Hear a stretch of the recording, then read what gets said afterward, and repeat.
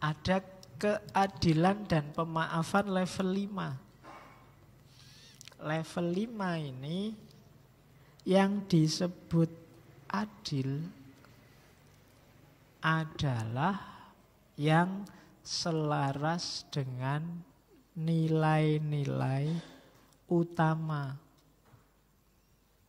persaudaraan, kebebasan, kehidupan. Jadi keadilan di level 5 ini menganggap setiap orang itu pandangannya beda-beda. Setiap kelompok sosial yang benar dan yang salah beda-beda. Tapi di antara yang beda pasti ada yang sama. Nah, yang sama inilah yang harus dipedomani, yang dijadikan dasar.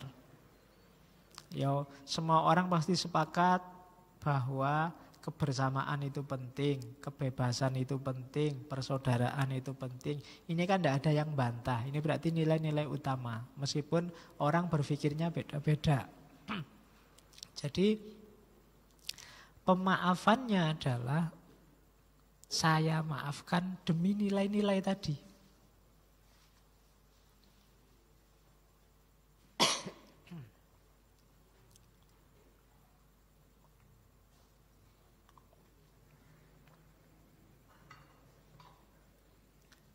Di level 5 ini, saya maafkan kamu biar hidup kita harmonis.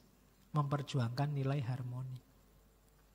Saya maafkan kamu karena kita sesama muslim bersaudara, jadi biar tidak ada tawuran sesama saudara, saya maafkan. Nah, itu nilai, demi nilainya.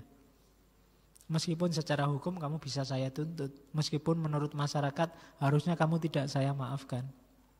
Tapi menurut saya lebih indah kalau kita saling memaafkan. Nah, itu demi nilai. Yang diperjuangkan nilai-nilainya. Nah, itu keadilan level 6. Jadi sudah lebih tinggi daripada sekedar hukum. Ada nilai yang diperjuangkan. Dan yang paling tinggi level pemaafan adalah pemaafan tanpa syarat.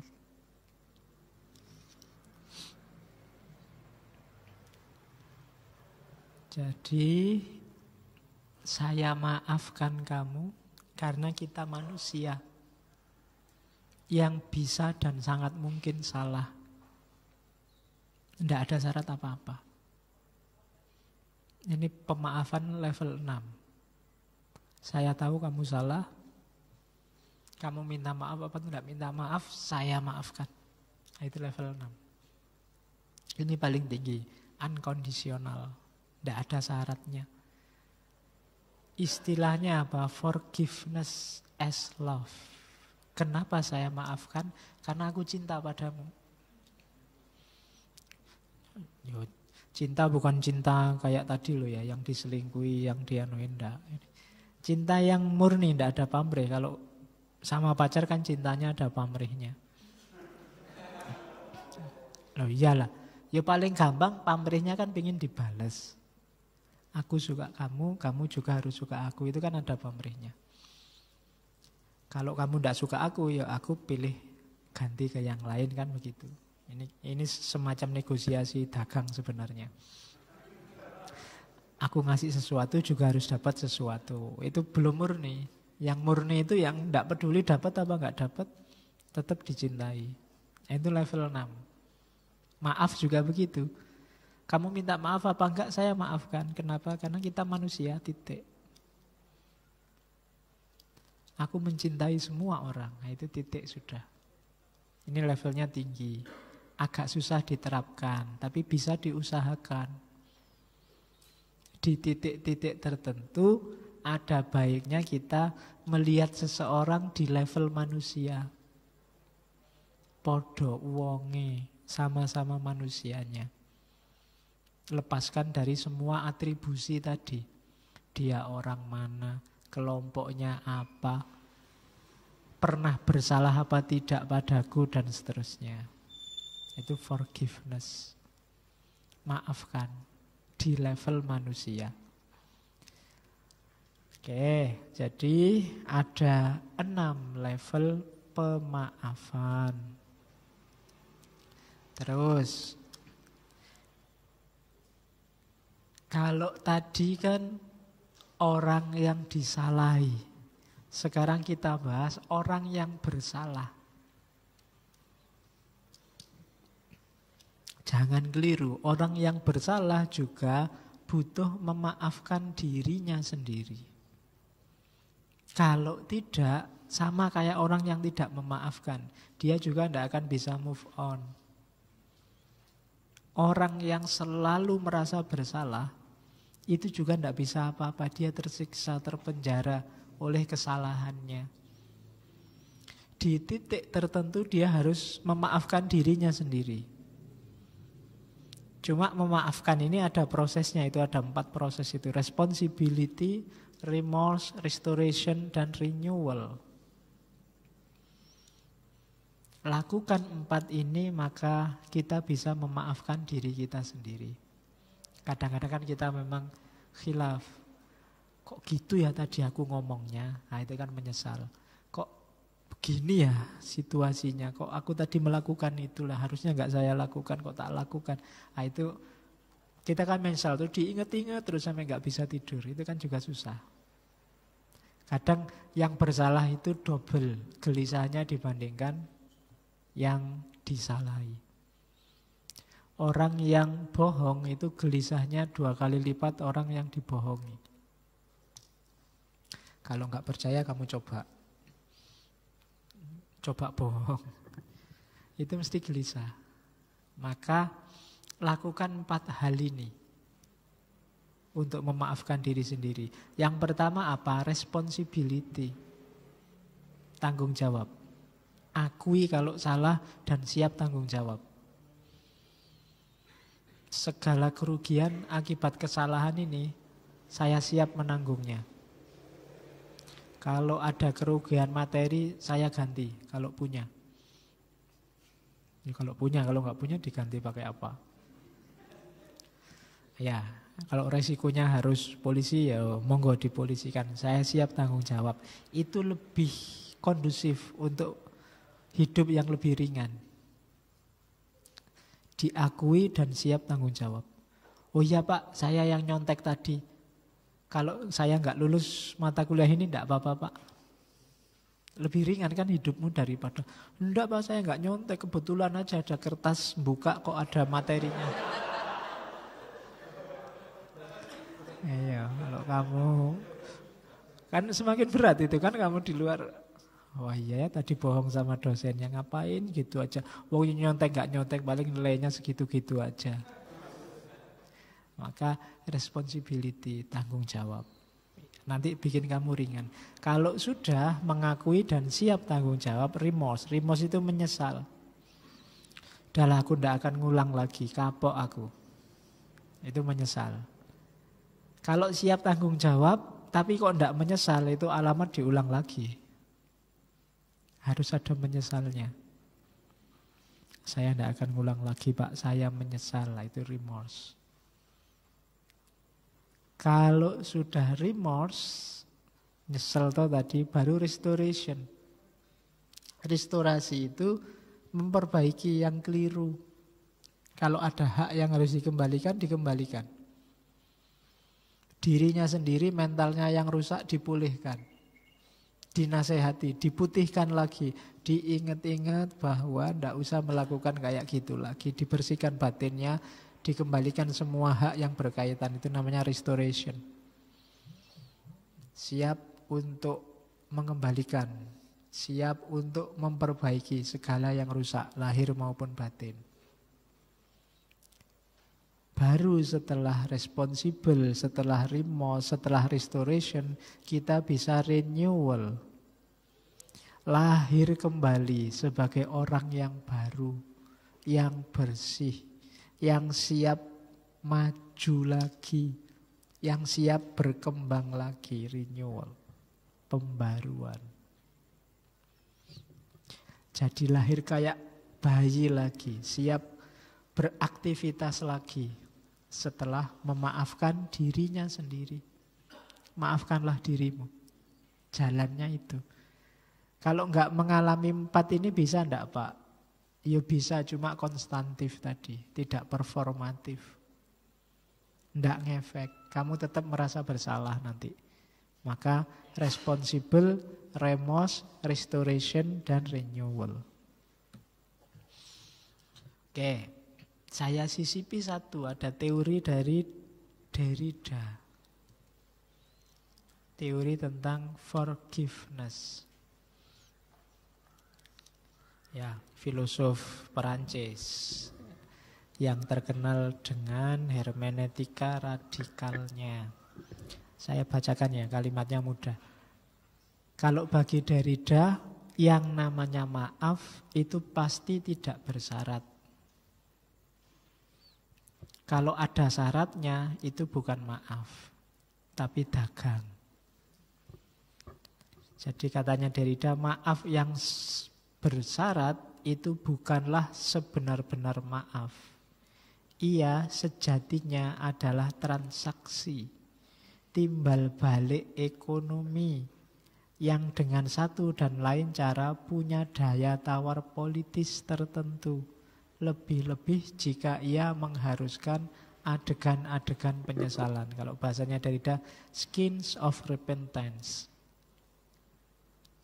Kalau mau saya maafkan, cium dulu kaki saya. Itu enggak, itu berarti bukan memaafkan, ada syaratnya. Kalau mau saya maafkan, ini dulu, itu dulu, penuhi dulu ini. Katanya Derrida itu bukan memaafkan. Maaf itu menjadi bersyarat karena ia diberikan, ya kan?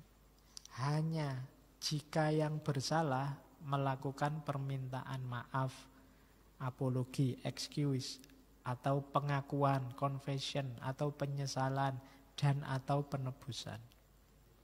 Jadi maaf itu disebut bersyarat kalau kita yang pertama apa? Nyuruh orang minta maaf. Ini berarti maafnya jadi bersyarat. Harus dimuat di harian nasional 5 hari berturut-turut, 1 halaman penuh, itu bersyarat. Berarti orangnya tidak niat memaafkan. Ya, saya maafkan asal proses hukum jalan terus dan dia dihukum sebanyak-banyaknya, seberat-beratnya. Itu namanya bukan memaafkan juga, bersyarat. Atau pengakuan, dia harus ngaku kalau salah, itu berarti bukan maaf. Menuntut penyesalan dan menuntut penebusan itu juga bukan maaf. Bayar dulu utangmu baru saya maafkan. Nah, itu berarti bukan maaf beneran. Oke. Terus katanya Derrida lagi, maaf yang murni adalah maaf yang diberikan secara unconditional. Di sini maaf merengkuh asosiasi maknanya yang tak bisa dipisahkan. Indissociable, yaitu memberi. Forgive, bukan meminta atau menuntut. Kenapa sih istilahnya memberi maaf? Ya kalau bahasa Inggris kan forgive, for itu kan untuk, memberi, forgive, give itu memberi. Jadi maaf itu memberi. Tidak ada hubungannya dengan yang meminta maaf. Kalau kita memberi setelah diminta, apalagi ada syarat-syaratnya, itu sebenarnya bukan memberi, tapi jual beli. Saya maafkan kalau sudah dimuat di koran nasional 1 halaman penuh, itu kan jual beli. Kesalahannya dia harus ditukar dengan dimuat di koran, itu bukan pemaafan. Kalau pemaafan itu ya tidak ada hubungannya dengan permintaan, tidak ada hubungannya dengan tuntutan. Kasih aja maaf orang yang bersalah padamu. Di situ nilai forgive-nya, nilai memberinya kelihatan. Kalau nunggu diminta, apalagi nunggu dibalas, ya berarti bukan maaf itu sebenarnya. Ya nyari impas saja, nyari pembalasan dari kesalahan, bukan pemaafan. Karena maaf itu hanya memberi, maka katanya Derrida, maaf yang paling tinggi, kalau bahasa apanya, maaf yang paling utama itu memaafkan yang tidak termaafkan. Susah ya kalimatnya. Itu yang kalau di filsafat namanya aforia. Aforia itu ada paradok kebingungan, tapi memang benarnya di situ, katanya Derrida. Jadi memaafkan hanya yang tak termaafkan, bahasanya Derrida itu. Kalau saya maafkan hanya yang bisa dimaafkan saja, itu biasa. Anak kecil juga bisa. Tapi yang tidak termaafkan, itu berat. Yang paling butuh dimaafkan kan yang tak termaafkan ini. Salahmu padaku sudah tidak bisa dimaafkan lagi. Justru katanya Derrida, yang tidak bisa dimaafkan itu loh. Kalau dimaafkan itulah namanya forgiveness. Terlalu besar, terlalu sakit hati ini oleh perbuatanmu misalnya. Itu kan tak termaafkan. Disitulah nilai utamanya memaafkan. Kalau kita memaafkan milih-milih, ya yang bisa dimaafkan saya maafkan Pak, yang enggak ya enggak. Nah, itu belum utama. Belum forgiveness yang sejati. Forgiveness yang sejati itu ya memaafkan semuanya. Khususnya yang tak termaafkan. Jadi itu benar-benar bersih dari marah, dari dendam. Kalau kita masih pilih-pilih, masih bersyarat, masih belum memaafkan. Itu Derrida. Oke. Jadi ini teori terakhir. Biar ngajinya jadi ngaji beneran kayak kemarin. Iya. Ada ayatnya, enggak apa-apa, ada hadisnya. Itu di Muslim ada wa ma zadallahu abdan bi afwin illa izza. Kalau kamu oleh Allah dikasih karakter pemaaf, itu alamat kamu sedang dikasih atribut mulia oleh Allah. Jadi gembiralah kamu yang merasa, Pak, saya itu orangnya pemaaf loh Pak, diapain aja saya maafkan. Itu berarti kamu sedang ditambahi kemuliaan oleh Allah. Nah, iya. Oke, kan walaman sobaro wa ghafaro inna dzalika lamin azmil umur. Itu sudah kita hafal ya, surat Asy-Syura. Alladzina yunfikuna fis-sarra'i wad-dharra'i wal kadhiminal ghaidha wal afina 'anin nas wallahu yuhibbul muhsinin. Ada cerita dari ayat ini. Ada salah seorang imamnya Syiah namanya Musa Al-Kadzim, yang dia digelari Al-Kadzim karena ada hubungannya sama ayat ini. Wal kadhiminal ghaidha, orang yang menyembunyikan, orang yang menahan amarahnya. Wal afina 'anin nas wallahu yuhibbul muhsinin. Jadi ceritanya suatu ketika Musa Kadzim ini wudu. Kalau zaman dulu wudu itu sama budaknya yang bawa cedok isinya air, airnya dituang dia wudu. Cuma budaknya ini tidak hati-hati. Airnya terlalu keras jatuh muncrat kena jubahnya. Musa Al-Kadzim mau marah sudah bangkit wong budak kok enggak hati-hati, dia mau marah. Begitu dia mau marah, budaknya baca ayat ini. Wal kadhiminal ghaidha. Wah, dia tidak jadi marah. Terus dilanjutkan oleh budaknya, wal afina 'anin nas, yang memaafkan. Ya sudah, kamu saya maafkan. Begitu ditambahi kalimat yang terakhir, wallahu yuhibbul muhsinin. Allah juga suka loh perbuatan baik. Oke, kalau gitu kamu tak bebaskan. Tidak jadi budak lagi, langsung 3. Jadi kalau kamu ketemu dosen yang sedang marah, bacain ayat ini, Pak, wal kadhiminal ghaidha. Enggak jadi marah toh. Kamu bolos enggak apa-apa. Wal afina 'anin nas, dimaafkan ya, Pak, gitu. Wallahu yuhibbul muhsinin, kasih nilai A ya, Pak. Pakai aja ayat ini. Kamu kurang pinter sih memanfaatkan ayat. Oke. Ya, itu 2 ayat yang lain silahkan dibaca. Wal ya'fu wal yasfahu dan seterusnya. Itu kan Al-Quran menyindir. Ala tuhibbuna ayaghfirallahu lakum. Maafkanlah. Apa kamu tidak senang kalau Allah memaafkan? Itu kan jawabannya ya mesti senang. Demikian juga orang yang kamu maafkan. Dia pasti senang luar biasa. Maka maafkanlah. Oke. Nah, kalau ini ayat-ayat para sastrawan dan filosof. Ya, itu Gandhi tadi saya sebut. The weak can never forgive. Forgiveness is the attribute of the strong. Orang lemah tidak pernah bisa memaafkan. Memaafkan itu adalah karakternya orang yang kuat. Jadi kalau silahkan introspeksi, kalian mudah memaafkan apa enggak? Kalau sukar memaafkan itu tanda-tanda kalian lemah. Yang atas itu Thomas Sas. Thomas Sas bilang, the stupid neither forgive nor forget. The naive forgive and forget. The wise forgive but do not forget. Jangan jadi orang bodoh. Orang bodoh itu tidak bisa memaafkan dan tidak bisa melupakan.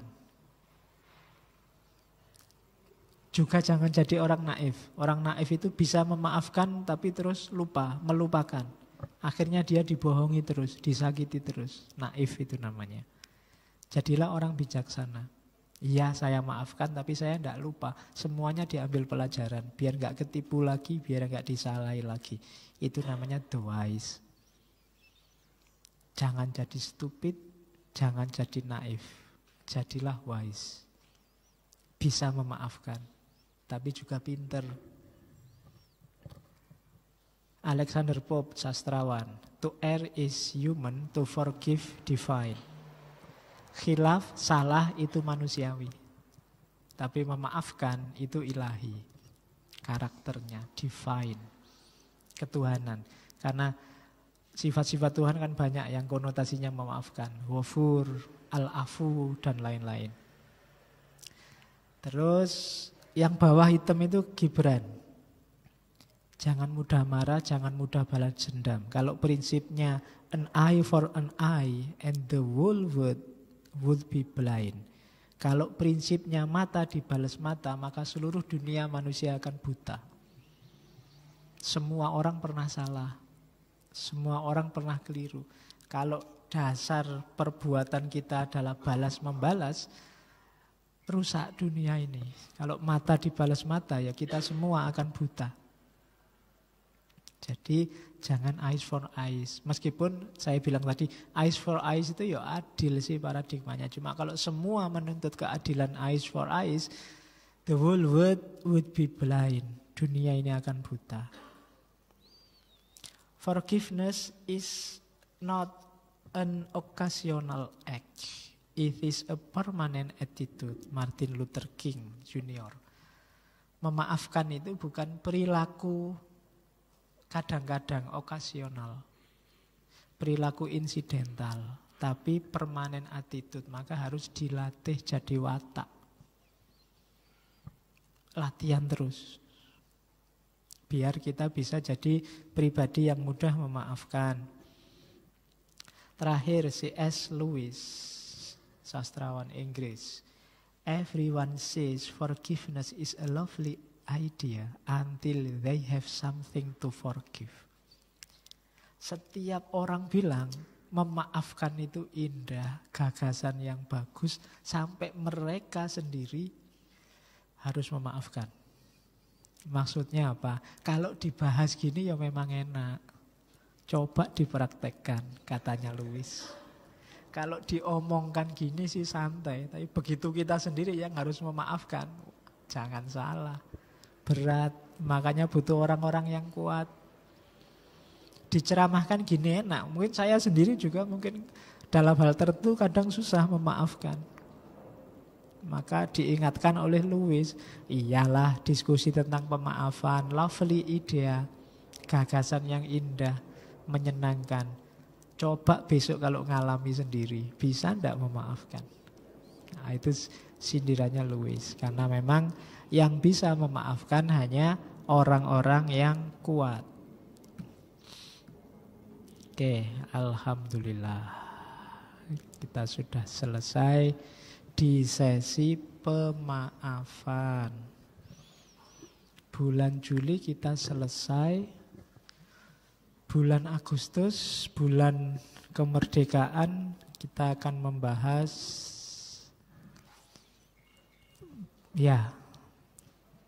para tokoh nasional. Kelihatannya Agustus itu ada 5 Rabu. Dan Rabu yang tengah itu pas tirakatan, tanggal 16. Saya tidak tahu kalau di sini ada acara tirakatan atau enggak. Kalau enggak ya kita masuk. Minggu pertama rencana saya kita akan ngomong tentang guru bangsa. Haji Umar Said Cokroaminoto. Ya. Minggu kedua kita akan ngomong Tan Malaka. Kemudian minggu ketiga itu yang saya sebut tirakatan. Kita akan tirakatan. Temanya keindonesiaan. Nanti kita lihat ngomong apa. Tidak usah terlalu berat waktunya tirakatan. Judulnya keindonesiaan aja minggu ketiga. Sambil menunggu detik-detik proklamasi. Karena hari ini banyak orang yang masih bingung. Jadi Indonesia itu yang kayak gimana? Nah, nanti kita lihat ya pelan-pelan. Kira-kira yang disebut identitas Indonesia itu yang bagaimana? Minggu ketiga. Minggu keempat saya ingin mengulang Soekarno, cuma bukan marhenisme, bukan kemerdekaan, tapi pandangannya Soekarno tentang Islam. Minggu keempat. Karena Soekarno punya beberapa gagasan, beberapa pandangan tentang Islam yang khas, yang layak kita angkat hari ini. Kemudian terakhir minggu kelima kita akan ngomong pasangannya Soekarno, Muhammad Hatta. Jadi pas ya 5, Cokroaminoto, Tan Malaka, tirakatan, kemudian Soekarno tentang Islam dan Muhammad Hatta. Itu pertemuan kita di bulan Agustus. Semoga tidak ada halangan. Kita sama-sama diberi sehat terus. Semangat belajarnya tidak berhenti-berhenti. Biar wawasannya tambah luas. Biar tidak sibuk oleh hal-hal yang tidak penting. Oke, saya akhiri sekian. Kurang lebihnya mohon maaf. Wallahul muwafiq. Wallahu a'lam bissawab. Wassalamualaikum warahmatullahi wabarakatuh.